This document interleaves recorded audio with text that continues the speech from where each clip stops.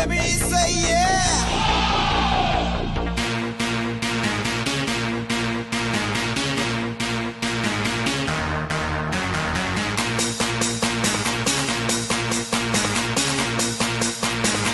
Let me say yeah.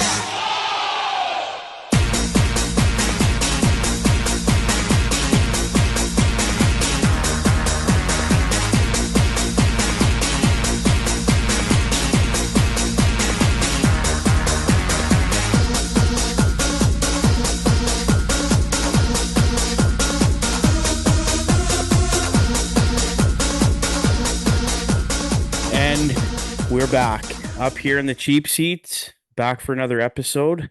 We are officially, I guess, almost halfway through these conference finals. Dallas, Edmonton, and who's Florida playing again? The New York Jimmy? Rangers, of course. Right, Of the New York course. Rangers. Right, My right, right, right. beloved New York Rangers. Coming off a pretty raw, it hasn't been long. It has been less than 20 minutes since the overtime Sam Reinhart power play goal. So, Well, you can't win them all, bud. nope, you can't. You'd like to, but you can't. That is my co-host, Jimmy Ward. Jimmy, as you just said, coming off of a tough overtime loss right now. So, let's just jump right into it. Let's how do was the it. Rangers game tonight? Unfortunately, I was working right up hmm until we start recording here, so I didn't catch any of this game tonight. But you were kind of talking to me about it before we hit record, and I was like, hold tight because the people want to hear what you have to say about the game. So let's go dig in here.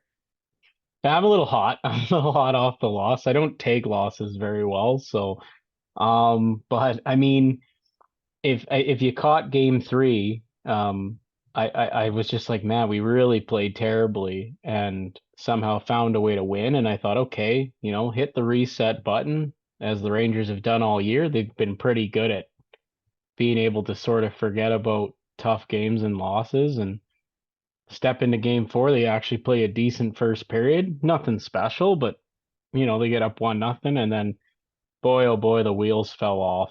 And I mean, fell off. If you think the Oilers game was bad in those two periods, like New Which York just, we will get to the Oilers, people. Don't worry. yeah, New York was like, hold my beer.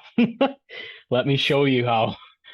And like Florida just inserted dominance, and it was just Panthers the whole way. And Igor I just marvel at him. Like, I'm a little more prepared in stats and stuff, but I'm just shooting from the hip tonight. And, what he did tonight was just like I just felt bad for him. Like I felt like he was, him and maybe a couple other guys were, you could tell they were really going. I think there's a lot of try, a lot of guys want to, but Florida is just suffocating. Well, he saw 40 Absolutely shots tonight. suffocating.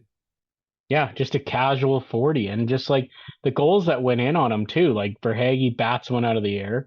There's one on the goalpost where Miller actually moves Igor's foot with his stick, and then Bennett banks it off him. And then the overtime winner is just an absolute bullet from the slot. Like Igor had no chance. It's a 3-on-1 down low. Truba over commits a little aggressive up high. Puck goes down to Barkov out to Reinhart, and it's just back of the net. And you got to be All honest, season, the right? Those better, two have been. yeah, the better team won tonight. I mean, I think it would have been. I think if New York had won tonight, I don't. I think you sit there if you're a Panthers fan or a player and you're going, what do we have to do to win a Well, it would game? it and if New York does win that game, that's probably this whole series would be a classic case of getting goalied.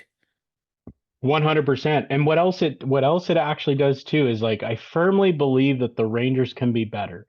I think it's a combination of like, everybody when they lose, you'll see them sort of say, "Oh, this guy's terrible and that guy's terrible," and we can get to that in a second, and I will. But you gotta credit what Florida's doing. I mean, it is just masterful physicality, suffocating, and just they're playing. They're imposing their will whenever they seem to Yeah. feel like it in this series, and it's just been a hats off to them. I just have so much What respect for that team. and what does Florida do in your opinion to like break these teams down and just beat them up to the point where they can kind of have their way with them? Well, obviously I talked about the forecheck, but the one thing that I noticed they do is you don't get a free play. You don't get a free play and you don't get a free pass. You're either getting hit or they're screaming down the wall. So if your defense go back to get the puck, they're getting hit. And they don't allow you to make that sort of like, those casual like get the puck kind of delay and make a pass. As soon as you have the puck, they are on you and they're heavy. They're hammering you constantly and constantly throughout the game. And I think the biggest problem for the Rangers and what the Rangers were actually really good at was their defense could go back and get the puck. They could shake that defender, or there were a lot of little subtle plays that would buy them a little bit of time. And Florida's just going right through them. No Yeah. waste of time. They just don't care. Their defense are very good. So even if the forwards can be very aggressive because their defense can skate, their defense is quite good. The only one that may be susceptible at times to making a bit of mistakes might be Mikola, but the other five have been incredibly steady. Um, but the frustrating part for them has obviously been Shesterkin. But And right now, the Rangers don't appear to have an answer for it. Now, can they get there? There was some encouraging signs in that first period that they can, but it's not looking good. And I felt like if they could have got a 3-1 lead, that at least it would have gave them a little bit of a cushion until they could sort things out. But now you got a best two out of three. They're running out of time. They have to show up in game five because if they don't show up in game five, I really don't see Florida losing two in a row to this team. yeah, and it's probably one of those things where like Peter Laviolette's got to get back in the room with these guys and be like, "Okay, we're back. We're back. It's a wash. We're back even. Let's regroup and let's are they heading home next? They're heading home. Heading home. There was a concern I had with Laviolette's comments where he said, I have no explanation for why we're not going, like why we're not ready to go. Well, And and speaking of that, there's a few players that are sitting on the back of a milk carton. We were wondering where they are. yeah, so on the flip side, you could look at it from the perspective, okay, so Panarin, Kreider, Zibanejad, Fox have been completely absent production wise, although Fox got a really nice assist tonight on the tying goal, but I On would one say on one leg too, by the way, we'll just say on that. yeah, like he's hurt. It's the worst kept secret in the NHL. He's got a lower body injury for sure. So I give Like him a little like bit like of grace. Draisaitl's high ankle sprain last year. I think it's an MCL. That's just my because I look at the hit. He was never the same after the Nick Jensen knee on knee in the first round. So I think he's on one leg. He gets a little bit of a pass for me. Panarin, who's been completely absent offensively, isn't at least hurting the Rangers. He's still doing um, little things, but those are things that your bottom depth guys should be doing. You're the one who's supposed to be putting the puck in the back of the net. You're the one who had 120 points in the regular season. And it's a really bad time for him production wise to disappear. Chris Kreider has been basically out for cardio over the last since this series started, Well, he and did Mika toss Zibanejad, Kachuk's mouth guard into the stands tonight, so that made me smile. I thought that yeah, was so at funny. least he gave you some entertainment, right? He did, and Mika has been bad, and that pains me because I Well, it's root for these DJ season guys. coming up, bud. It's wedding Yeah. season. Well, He's got he's to get gonna his be. DJ business going. He might be DJing weddings by the end of this week, so if he doesn't pick it up, that's my problem. Like I love these guys. I don't like saying bad things about them, but they need if we're gonna have success, like everyone else is going. Laughs finally going. Like we're seeing a star come out. Barkley Goodrow scoring big goals. Matt Rempe tonight gets more ice time. Wheeler's backing that up. He played okay. Like if these four guys could just elevate this level, the Rangers can win this series based on how Igor's playing. But if they don't, Florida's going to walk into Madison Square Garden. They're going to roll them there, and they'll go back home and they'll roll them there. And this series will be over in 6. And I took the Panthers in 6 for this reason. I just feel like when Florida decides, it's going to come down to this: can the Rangers overcome Florida's ability to impose their will? That's what it comes down to. You can throw the data out the window. The Rangers have to find a way. And the one thing I like about them, and it's also their kryptonite, is they don't seem to have anything phase them. Like a win or a loss, they never carry momentum into whether it's bad momentum or good momentum. They can have an incredible game.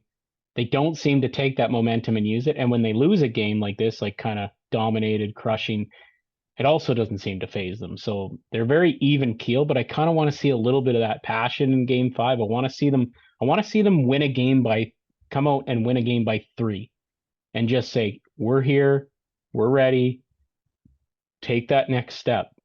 Because this core isn't getting any younger.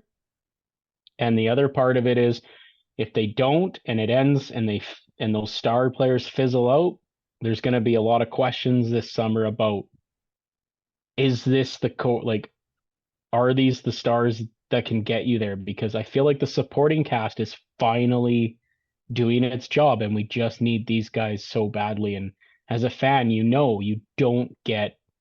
don't know when you'll be back. You really don't. So Yeah, like the old song says, right, bud? The chance may never come again. 32, it's been a long time. I Hey, never next appreciated the round, cup buddy, in we're playing it. we are, I promise. But All I right. mean, I was in grade 5 when we won a cup, right? You don't appreciate it, and I'm an old man at 41. I'm like, yo, like come on. Oh, well, I was 3 years old when Calgary won a cup, so I don't even know if that counts. I think if you're in elementary, you don't appreciate it. Even junior high and Yeah. high school, like Well, and I always like tell friends, like, imagine being like a Detroit Red Wings fan growing up, like when we were coming through, or being a oh, Chicago you Blackhawks fan and seeing all these, like, nothing. mhm. And then, I've had to go through your all of your star players just saying, "Nah, I don't want to play in Calgary. I'm out." Yeah, I And it feel like every fan base suffers from something that haunts them. Like, and that's and we'll switch over to Edmonton right away here, mhm, but that's kind of what I'm telling my friends who are Oiler fans how quickly it can just be over, and mhm. you're back to retooling or rebuilding, or so just enjoy it, because I, I don't know where mhm. you're at.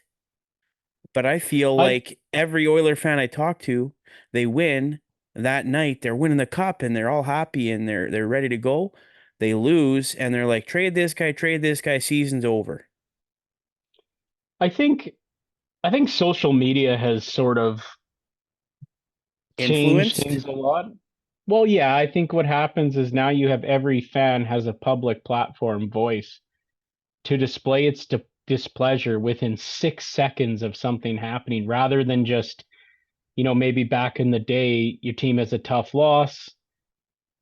You unplug the phone, like my dad used to do when the Leafs would lose. He'd go and unplug the phone back when there was no cell phones or social media. You'd head off to bed, you'd sleep it off, you'd wake up, you might It'd discuss it be in with the your buddies paper at the work. next day. Yeah. Yeah, and you've had some time to decompress, but now you can just you open it up and it's just right away. Your things are flooded with the refs suck, trade this guy, trade that guy, he's terrible, and I just don't think we sit and digest things. So I mean, obviously, I'm a little more animated than usual because I'm coming on here right after an overtime loss. Normally, I got time to sort of process it, but and you're always going to be sort of hypercritical of your team. Like people invest a lot of emotion into it. I think it allows you to be a part of something, a part of a group, a sense of pride. Um, and it's really and I think they know what's at stake, right? Like that again, like I said, you only get so many kicks of the can as a fan. You don't know what the next year is going to be in the year after. And I think tensions are high, emotions are high, but I have to remember, like, I'm going to try and put a positive spin if I'm going back to the Rangers. We're tied 2-2. My star players haven't produced, right?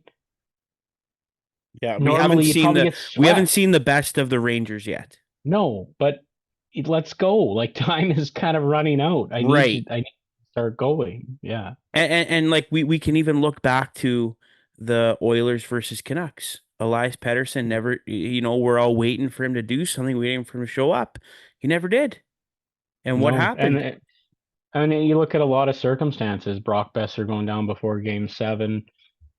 Um, third string goalie, and I think it just emotionally probably the weight and everything, and Yeah, you need a lot to go right to get far. Like you right. got to have some things go well, and and I think that's the heartbreak at this time of year because you'll always say like if only so and so had or if this guy wasn't banged up or we didn't hit that crossbar. Mika hits a crossbar tonight on the power play, and you think, oh, If like that goes maybe in, you win the game, maybe, right? we're up 3-1. Yeah, and I think as a fan, that's why I hate trolling other fans. Like I hate going in and really bugging them or making fun of them if their team loses or whatever. Like I cheer for my team.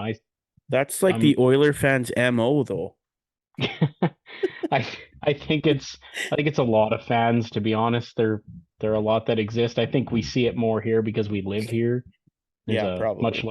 much larger presence of Oiler stuff, but that's just kind of Yeah, my like I rant now. said, try being a Flames fan living in Edmonton. But yeah, we don't want to keep you guys here long tonight. We just wanted to jump on and recap these series. This is how I'm going to transition this. You have a coach like Paul Maurice, Mhm. been in the league a long time, very mature. Makes a sorry, I'll say this, and then we have the Oilers coach Chris Knobloch. I just wanted your opinion on this, Jimmy. Knobloch comes out in the media and basically says it almost sounded like he was demanding more power plays for his team. And then the next night you get Paul Maurice coming out saying, I'm not going to comment on the reffing. And we've all heard the stories about how the Florida Panthers actually have pictures of all the refs down on their bench with STFU, which stands for shut the F up, regarding the refs. So, just kind of like a tale of two takes there with two different styles of coach and two different coaches, obviously. What were your thoughts on those comments? Because you brought this up in our group chat Mhm. about Maurice's comments right after Knobloch said his comments. And then after I get your thoughts on this, we'll move over to that Oilers series. Yeah, I looked at the full quote because I think someone had sort of taken it, and I think what Knobloch was referring to was he felt as if the standard in the regular season and playoffs had begun to shift as they weren't calling as much, and I don't think he was complaining that Dallas was getting all the calls and they weren't. If you look at the data, and someone had tweeted it out, the Oilers have been drawing more penalties in the playoffs than they did in the regular season, and the Dallas Stars have pretty much stayed consistent from the regular season to the playoffs. So I don't know where Knoblauch was sort of getting the standard thing from because I feel like it's been, and I'll get roasted for this, but honestly, all I hear on Twitter is complaints about officiating. I'll open up my feed and I'll say 80%. How did the refs not call it? It was in the Rangers game too. Both fan bases going And I was crazy gonna about say things it that don't get called. happens in every fan base. Who cares? Honestly, it happens in every game. They miss calls and they don't miss calls and all Go this stuff. you remember like during COVID they would show like all those classic games. Go watch a few games from like the early 90s and the 80s. Imagine Yeah. imagine what fans were thinking then when guys are getting two-handed across the head.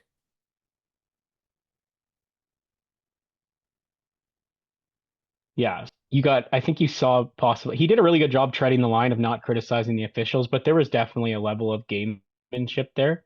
And I think when you start to get to that point, it to me, it looks like a slight bit of panic of like, okay, we need to get on the power play here. And I think Maurice, the difference in that is maybe experience at the NHL level. Maurice just said, wasn't going to comment on it because I think given the pulse of his team, he just says, I'm not letting that excuse in. Fight through it. We don't care. The refs don't decide the game. And he nipped that quick. And I think that sent a message to his team of, we're not, we're not playing that game. We're not going to use that as an excuse. And I mean, I don't blame Knoblauch either. Their power plays probably historically now one of the best of all time. So, and I'm not Although saying that power play hasn't scored against Dallas yet, has it? no, and there was a lot of talk about the Dallas penalty kill being 66%, but what people don't understand is if you look back at the Avalanche series, the Avalanche scored 5 goals on the power play in that series, but Dallas had only allowed 13 shots. So 13 shots through 6 games, right? Like that's not a lot for a Colorado power play that features Makar, McKinnon, a lot of talent on there. And I think you're starting to sort of see that seep in.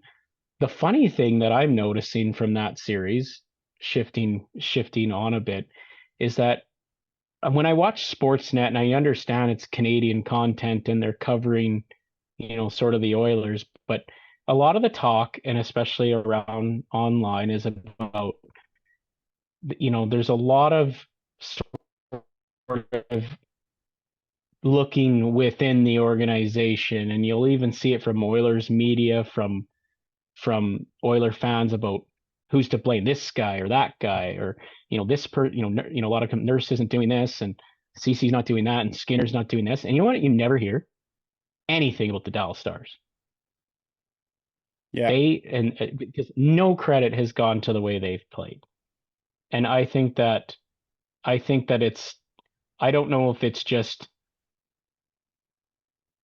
a like some form of arrogance on their part, or like maybe Dallas is just a good hockey club. They quietly go about their business. They don't get rattled. They're incredibly mature. I mean, how many times have they get dominated in the first period, and then you look at their bench, there doesn't look like an ounce of panic. They go to the room, they collect themselves, they come out, and they go and win a hockey game, right? Yeah. They got Jake Ottinger back there because their scouting staff is absolutely incredible. They go draft, they develop, and they're like, if you think that um, this Dallas Stars team is going away anytime soon, I mean, look out. Their They're young. prospect pool, Well, they're they're young and they're old, but stacked. they're still like they've just got a good mix of like veterans and young guys coming up, right? And just how good that's I'm not gonna say lucky because it comes down to good scouting. When you get Stankoven, you got Johnston, you got Ottinger, like and Mhm. even Robertson too. Jason Robertson, like you don't hit that many times by mistake. You No, don't, right? They they took Wyatt Johnson in a spot where everyone kind of raised eyebrows. They know what they're doing. yeah, And they got Maravik Bork, who's going to be coming too. There's another one, right? So they got some stuff coming down the pipe, and they've done a really good job. They play really well. It's not flashy, right? yeah. And they're composed. I think, and Nick, when we were talking in our group chat, made a really good point. The way they play hockey is is is much more sustainable over 60 minutes than most teams. You don't often see them. They don't get out, like no one can seem to out physical them. And it's not like, and they're not an overly physical team. They just play a nice, steady, solid game throughout, positionally sound, which is another reason why they don't take penalties, because a lot of their stuff goes undetected because they're not out of position. They don't get beat to the outside or the inside. So they're not Well, and they forced to have the grab and they clutch. also they also have the puck the whole game too. Yeah. Like the possession is like I would say Edmonton had the puck a lot more in the Vancouver series and they were drawing a lot more penalties. In this series, I feel like Dallas has the puck quite a bit more. And if you have the puck, you're not going to take a penalty, you're going to draw a penalty, right? Well, exactly. And the biggest difference too between Vancouver and Dallas is yes, Vancouver's defensemen were big and they were heavy, but Dallas's D can skate. And that's where I felt like Edmonton was able to impose their will a bit is because their forwards are so offensively gifted and quick and they can get to all the loose pucks. And, there were a lot of times where Vancouver was hanging on, but, you chip a puck by Miro Heiskanen and he turns around and he's with you.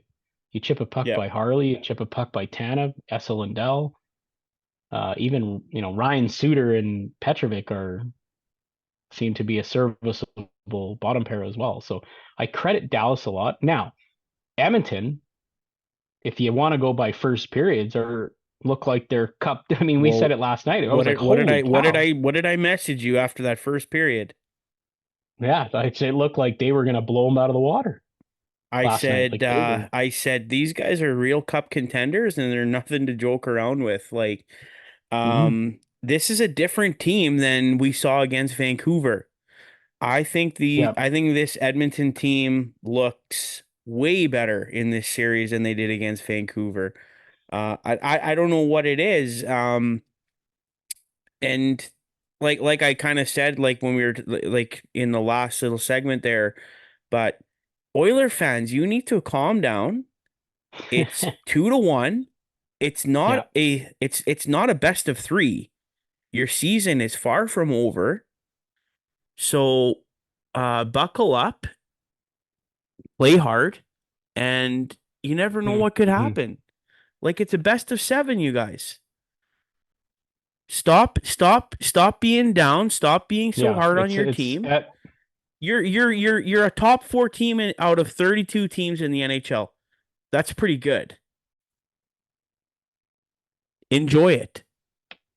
I mean, but the problem is, Phil, the spotlight's on heavy at this time of year. When there's only four left, every minuscule thing now becomes magnified at this point because it's the difference between winning and losing. And there was a lot of, Nurse took a lot of heat online, and I don't know, like rightfully so, I guess, but this might hurt Oiler fans, but this is Darnell Nurse. Like this is who he is. He's a third pairing defenseman who Ken Holland gave 9.25 million to. Now, you can't fault Nurse for taking the contract. If someone wanted to pay me at work four times what I'm worth, then I would. You'd But probably Nurse, take it and run, right? yeah, yeah.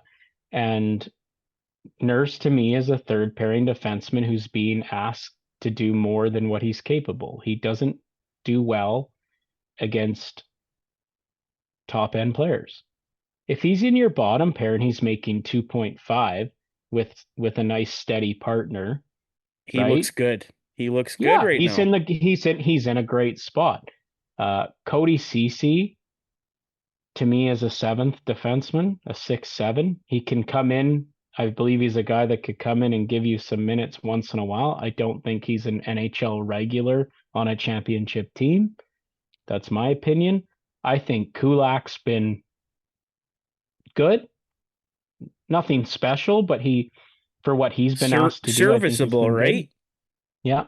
I think Desharnais is good in spurts. I think second pairing would be a little over his head as well. I just see Nurse, CC, and Desharnais being a supplementary defenseman in a bottom pairing. Neither of them, neither of those guys, I don't think can carry the other. This is what the big problem is, I think, there. Like Nurse can't carry CC, CC can't carry Nurse, and Desharnais can't carry either, right? So, and you can't put Nurse and CC together, but Desharnais looks like he can hang in alongside Kulak, but again, over time, I don't know if that's sustainable. And we talked about it. I really think not going out and getting a middle pair defenseman has really, you're starting to see it now. Maybe not so much in the first couple of rounds, but you really start to see what you were missing at this point. Because I So look at the Oilers' top six, and you look at some of the depth they're starting to step up at forward.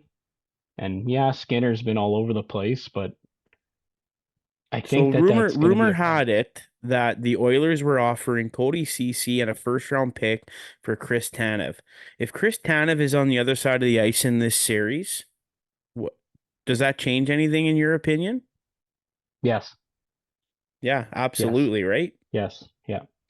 So I so Ken Holland was out searching for that defenseman, but it Hmm. like I I I know you go on like NHL 24 and you try to make a trade and you get so frustrated when it's always declines. So you put like six first round picks in there. Finally you get them to accept it. I can't imagine trading in the NHL is simple and easy, especially when Hmm. you're trying to trade with your like rival like Flames and Oilers. Like there's only been I think like two or three trades between the two Yeah, teams. yeah. And so here's a little maybe jab at the Oilers from the Flames like, hey, we're not going to give you Chris Tanev because we don't want you to succeed, right? So, There's probably a little bit of that. I think I saw a little bit of that with Jake Gensel and the Penguins with the Rangers. yeah. I think the price was astronomically higher for the Rangers to acquire him, and also they were in on Tyler Toffoli, and I think the Devils just said go kick rocks, right?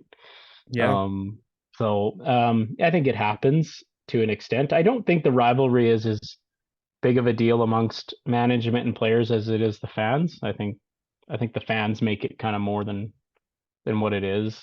Um, but yeah, like going back to Edmonton, I think the biggest difference in this series is is Dallas's middle pair versus Edmonton's, and I just think and it's not like a huge criticism. I'm not saying these guys can't have good games. I just think Dallas in that area I feel they're more consistent, Yeah.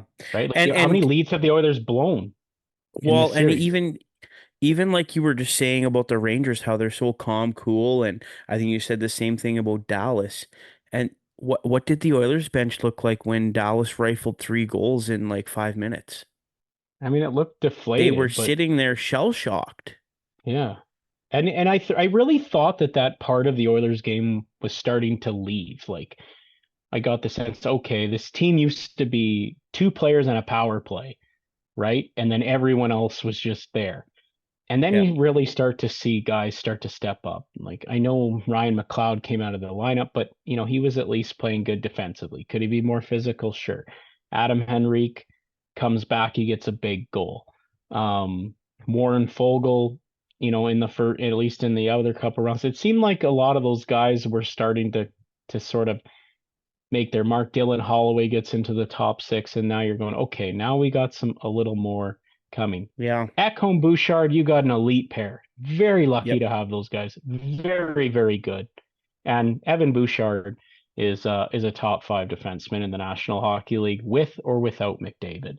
Um, I mean, what a fantastic player, right? And then, but again, it's like Skinner gives you, and then you go to Stuart Skinner. He plays amazing, and then you need a save, and it isn't quite there. And I feel Yeah. like I've always said this. I never know what the Oilers are going to give you period to period. Forget game to game. And you saw that. You saw this incredible period, and then they come out and they're flat for two. Part of it was Dallas started to, said, okay, fine, we got to wake up a bit. But you just want to see at And least at least tie the second and third period. You win the game. yeah. Play even, Well, right? Don't even have to dominate. and we got a couple minutes here, but I just wanted one more thought. Um, Mhm. how do you feel about them pulling their goalie with like 3 minutes to go? Because I think about this and I'm like, against the Kings and against the Canucks, yeah, it makes sense because you're gonna get chances. But the Dallas Stars, like that gives them a lot of time at that empty net. And both times they've done that, it's ended up in their net. Well, I think there's two ways to look at it. If you do it with 3 minutes left, you're going to get a look at two different pairs of defense, right? Because obviously Tanev and Lindell can't stay out for 3.5 minutes. But Heiskanen and Harley come over the bench too. So I guess it doesn't really. My thought at that point is I have no problem with them pulling the goalie early. I think I'd probably wait until at least a little bit of possession. Uh, because Dallas just, I think if I Well, believe both right, of they their didn't empty win. net goals have come from their own end too, like airmail Yeah, into the well, empty net. So and that's what Dallas does. If they don't like what they see, they'll air mail it out all the time. You see it. They flip the puck out to center and they'll let you regroup 5 or 6 times. They don't care. They are not turning pucks over into dangerous spots, and that's another sort of frustrating thing that they do. But I don't mind anyways, pulling the goalie early. I don't think that's a big deal. I think give yourself more time with a I don't six on like it, five. Jimmy. I don't like it at all. I don't mind it. That's what I'm going with. But I will say this, and Anyways, I want to get your opinion real quick. Are we running out of time? we got 1 minute. Go. Okay. Is Game 4 an absolute must win for the Oilers? Must win, has to win. They're not going to win three in a row against the Dallas Stars. I think so too. I think this is the biggest game of the season by far. They can't go down 3-1. I normally don't say that, but I really believe it in this situation. And I'm still sticking with the New York Rangers in 7, and I'm sticking with Dallas in 6. I'm still sticking with my predictions. Florida in 6. And you And said Dallas in 6. Dallas in 6. Yeah. Okay, this is the cheap seats. Thank you guys so much. Jimmy, you said we had like 63 views on YouTube. Thank you all Yeah. so much for watching us, guys, and listening to us. We're just a couple of bums that think we know what we're talking about, and I hope you Shooting guys are from the hip today. entertained. Yeah. Yeah. Follow us on Facebook, Twitter, or sorry, X, YouTube. We are on Apple and Spotify.